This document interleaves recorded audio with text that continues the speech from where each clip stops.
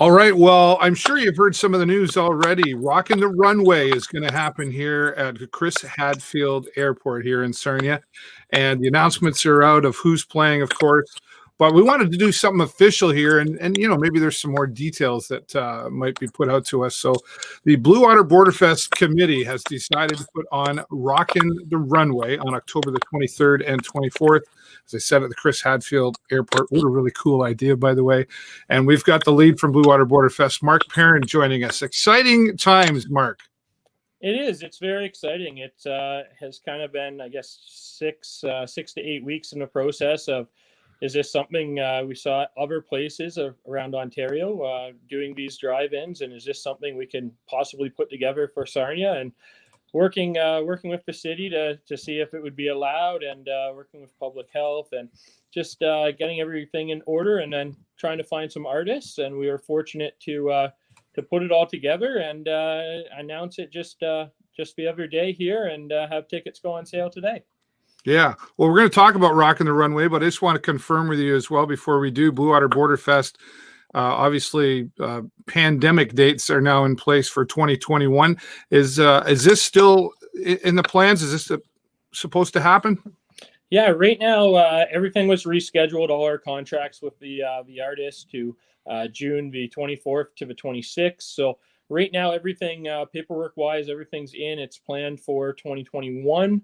Obviously, we're monitoring. I think everyone for events in 2021 right now are monitoring what's going to happen and what's going to meet provincial guidelines and municipal guidelines. So we'll keep an eye on that. I mean, the message is pretty straightforward, though. Bands and artists want to get back to playing music for their fans, and for sure. With that in mind, obviously, we take a lot of pride and have a lot of fun with these events as well, doing them for the community, and we want them to happen too. So if they can go ahead, it's going to go ahead as planned. If anything changes, we'll obviously let all the media and ticket buyers know what the new plan is. But we're looking forward to 2021 and crossing our fingers. Very good. Well, we'll be sure to come back to that as that comes closer. And of course, the government deciding a lot of things right now as to what we can and can't do. But in the meantime, we've all had to adapt, and that is how you've come up with Rocking the Runway, again, happening at the Chris Hadfield Airport on October 23rd and 24th. Very cool idea. Yeah, it's pretty unique. We talked about different venues, different ideas, and it was probably back in August. Started to throw this idea around early September.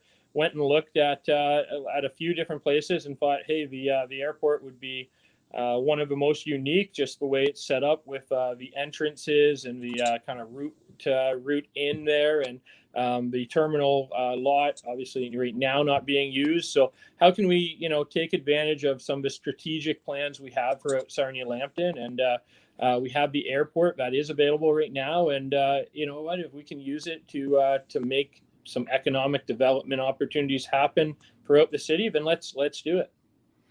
And of course, to make something like this successful, you've got to have some pretty cool performers coming along. And of course, it's already been out there. But let's reconfirm with you that the Reklaws are going to start things off on the Friday. Yeah, they are. It was good. It actually was a lot tougher to find and secure artists. Just obviously with the pandemic, people aren't traveling around, and we looked at who was based in Ontario, which for country, of course, is a short list because most do spend their time down in Nashville or the Right. US. So anyway, the Reklaws are from Timmins, Ontario, and they just picked up some hardware at the Canadian Country Music Ontario Awards, winning I guess group and dual of the year as well as Fans Choice. And when we heard they were interested in playing and coming down, we quickly said, how do we make that happen? And it was great to be able to secure them and then have Scott Manery and the Barnburners open up for them. Well, and that's the great local side of all of this as well. Bringing in some large acts to attract ticket sales, I guess, if you will, and then some local talent. And Scott Manery and the Barnburners, that's a no-brainer when it comes to country and local here in Sarnia.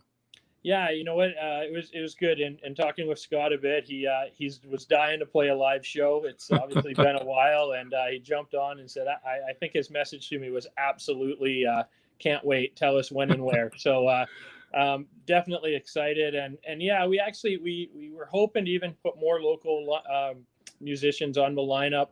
A little challenging given the pandemic and meeting the health and safety protocols, just because you're switching out things like mics and it's a smaller stage, Yeah. equipment and all that kind of stuff. So we kind of threw around different options and said, well, for this one, let's just stick with one opening and the main band, and we'll look to the future to see what it brings for more local artists, hopefully.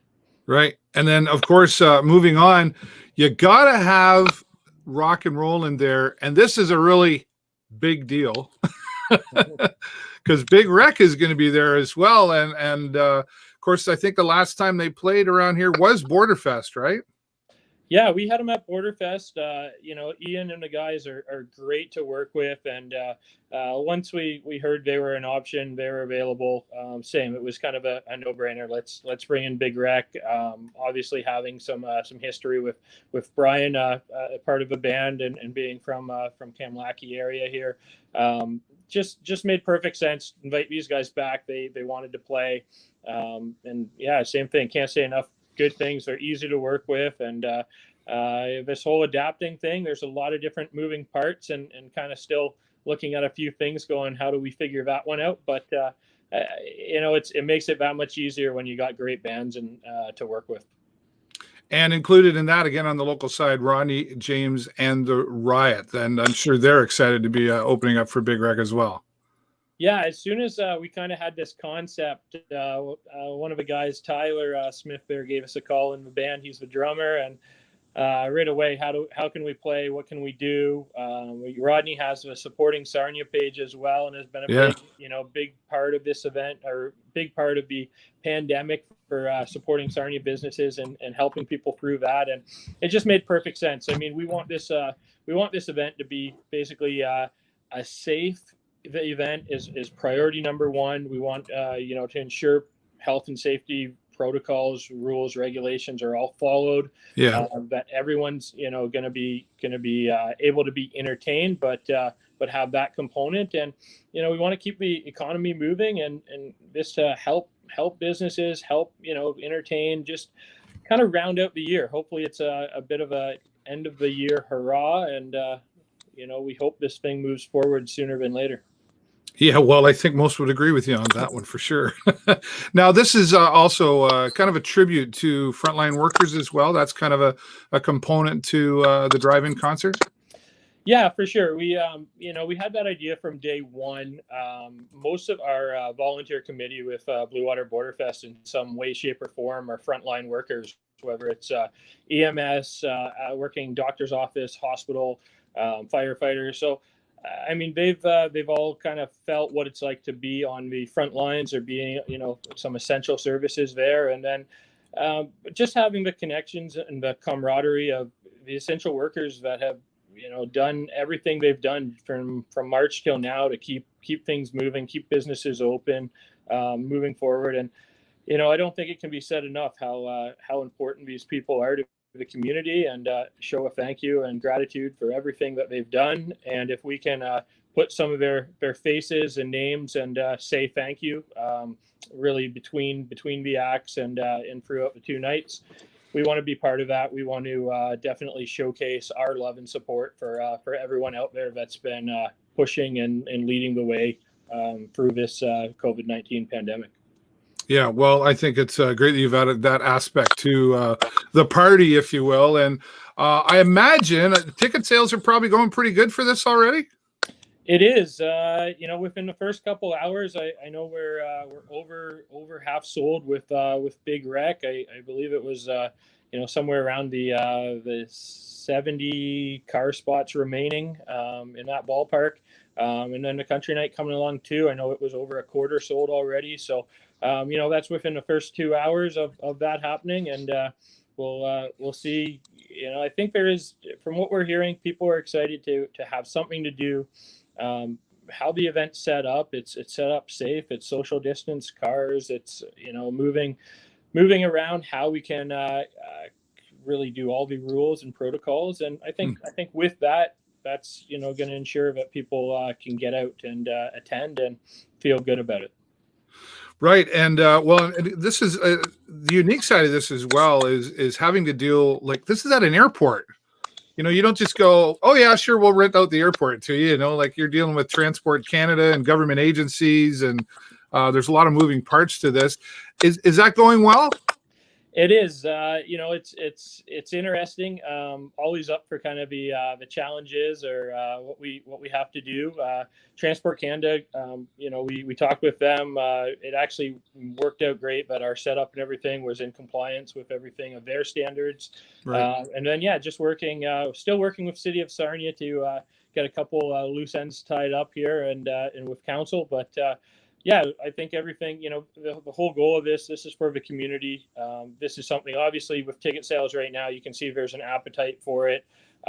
We've been doing, I guess, BorderFest for 3 years. This would have been the fourth. So from an event side, very confident in the abilities to make sure, everything is safe and secured and moving forward, right? So how do we pivot? How do we change and adapt to the new normal? And the one thing is, with all these events, we're templating off others. So they've been done in London, they've been done in Peterborough, they've been done in Port Hope, they've been done kind of all over the place, all over the country as well. And my job with Tourism Sarnia Lambton, we see what's happening, what kind of new and what's happening in industries and with tourism, and we need to be on the same line. So we need to, do what other centers are doing and stay on the forefront and not be behind the times. So these are the new normal and the new way of doing some of these events. And one of the goals with this is how do we template this event for what maybe 2021 could look like if we do stay in that drive-in style. And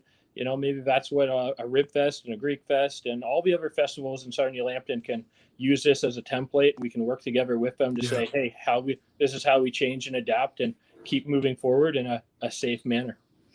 So a couple of questions that I've had people ask me already about was the tickets. Now, is it a ticket per carload? Can I jam 10 people into a car, or it's tickets per person in the car, right? It is. So same thing. We really looked at different models and kind of who's worked best. And what we thought is a lot of the car prices that have been out there are averaged on 4 people per car, which obviously if you want to go just 2 people, you're being gouged. You're paying for 4 tickets if it's just 2 people. And we said, well, let's have it where, most cars are going at least 2 people. So let's do each car a minimum of two tickets. Then right. Each other person that's in the car, as long as there's a seatbelt spot for that person, can get an additional ticket. So yeah, we're not jamming 10 people in. You got to drive to and from. You can't get out of the car. So you got to have your seatbelts, no different than any other regulations when you're driving in a car. Yeah.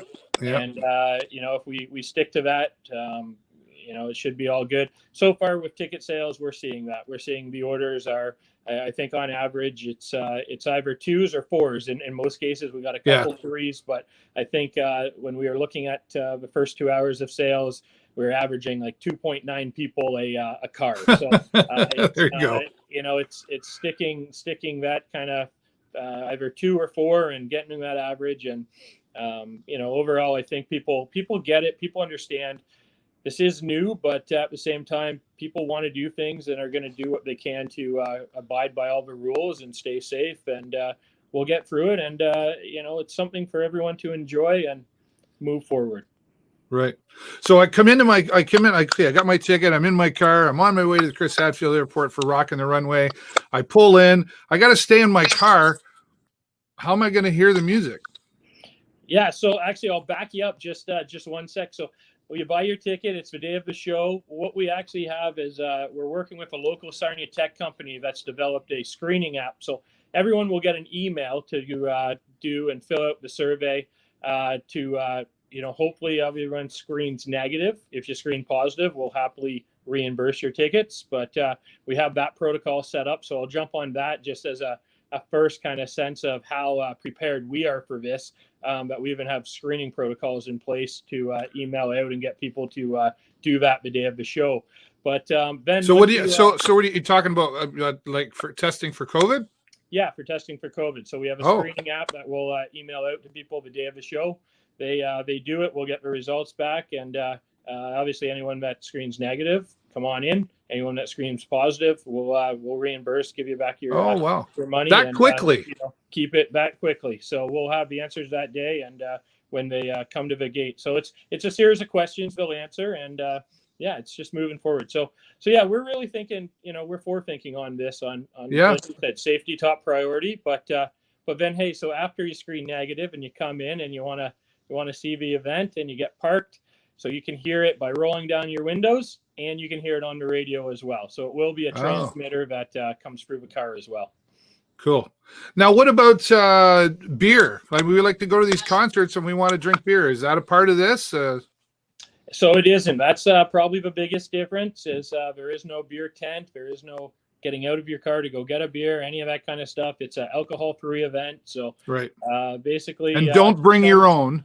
No, don't bring your own. What we want you to do instead is come enjoy the music, and we'll be done around 10 o'clock. And you know what? At that point, go support a local bar or restaurant and grab a couple beers there until their curfew. So that's our plan. That's how we'll market it, and we're looking forward to everyone. Same thing. From the feedback we're getting, people understand. Hey, you don't drink and drive. It's against the law. No different. Follow the rules, and we'll all have a good time together. Yeah, well, that's kind of why I brought it up. I want people need to understand it, and obviously, ticket sales are going well, so that hasn't really been an issue for people. And with only, like you say, at the time that this came out, about 70 car spots left for Rock Night and Country Night going very well. And there's a limit of 200 per night. Is that right? That's right. So we've marked off. It's basically the tarmac that's behind the terminal building, and there's 400 spots there, but when we social distance and stagger them, basically we'll have 200 spots. And with that, we look forward. We think we can manage that and handle that safely. Well, very excited for this to happen. A first in Sarnia. And congratulations to you and your team for taking the lead on this and everybody involved. I think it's going to be a great experience. We're looking forward to being a part of it there as well. Thanks for your time. I know we caught you in the middle of the day to do this. Is there anything you want to put out there before I let you go, Mark? No, just it's a total team effort and community built event, and guys like yourself, Dave, you're a big part of it, and I hope you feel like you're part of the team. And it's everyone working together, pulling in the same direction, and that's what makes these events happen. We're fortunate. We have some sponsors that are coming on board to help again, and really, like I said, let's use this as a template in Sarnia Lambton. Let's see how things go. Let's then we can move to the future together here with some ideas and work with all these other organizations and just keep building on what this new normal looks like for now. And we'll get back to the bigger festivals and everything else when the province says it's safe to do so. And at the same time, keep all working together, staying safe, priority number one, and moving forward as a community. Awesome. Well, once again, folks, Rocking the Runway coming to the Chris Hadfield Airport, October 23rd and 24th. The Reklaws to be opened by Scott Manery and the Barnburners on the Friday night. And then Big Wreck. Well, that's a really big deal. Once again, coming to Rocking the Runway. And, of course, Rodney James and the Riot opening up for them as well. Tickets on sale at rockingtherunway.ca. I'm sure keep an eye out there for some information on what's happening and updates here on our page, on the Bluewater BorderFest page, and all around social media. Mark, thank you so much once again, and congratulations to you and your team for bringing this to light. Thanks, Dave. Appreciate it.